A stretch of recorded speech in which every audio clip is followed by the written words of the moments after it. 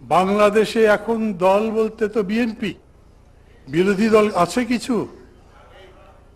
তা সংসদে বিরোধী দল আছে, কিন্তু সেই বিরোধী দল আবার খুব হিসাব করে পায়ে পায়ে হাঁটে। তারা অনেক জায়গাতেই আছে, সবসময় প্রধানমন্ত্রীর প্রশংসা করে বেড়ায়, আবার বাইরে গিয়ে বিরাট আন্দোলন করবার ভয়ও দেখায়। ওরা আসলে কাগুজে বাঘ, কামড়াতে পারবে না। অনেকগুলো বছর অনেকভাবে নিজস্বকৃত অপরাধের জন্য যে জীবনযাপন করেছে, সেই জীবনে আর ফিরে যেতে চায় না। যারা অন্তত 6 মাস আগে নয়, মাফ করবেন, 6 মাস 9 মাস আগে প্রকাশ্যে জনগণের সামনে এসে নিজেদের কথা বলতে পারেনি, তারা এখন সংসদের মধ্যে বসে সংসদের নেতা সহ সমস্ত সংসদ সদস্যদের ব্যাপারে কথা বলতে পারে। এই কমফোর্টেবল জায়গা ছাড়তে চাইবে না।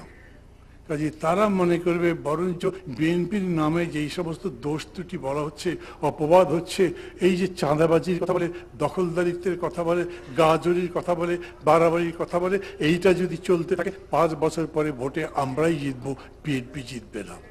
জামাতের নেতারা যা মনে করে আমি তাই বললাম। আমার সঙ্গে আবার জামাতের নেতাদের খুব খাতির। আমি যতদিন জেলে ছিলাম, জামাতের নেতারা আবার তাড়াতাড়ি বিস্কুট এগিয়ে দেয়, সাহায্য করে। প্রচুর কথা হয়েছে তাদের সঙ্গে, এখনো কথা বলেন। তারা মনে করেন যে এই রকম যদি চলতে থাকে 5 বছর পরে আমরাই জিতবো। অতএব আপনারা যখন এইখানে দাঁড়িয়ে বক্তৃতায় বলছেন ওই বেয়াদবদের শিক্ষা দিতে হবে, তখন আমার ভয় হয়।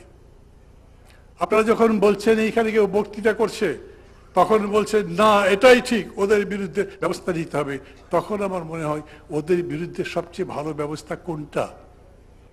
ওরা একটা উল্টা পাল্টা কথা বললো, তাই গিয়ে একটা ঘুষি দিয়ে দিলেন, তাই আপনাকে ঘুষি দিতে লোকে দেখবে। আর ঘুষির জন্য যদি তার চোখের এখানে ফেটে যায়, ওই রক্তের ছবি যদি টিভিতে দেখা যায়, একটার জায়গায় 100টা ভোট একদিনে চলে যেতে পারে।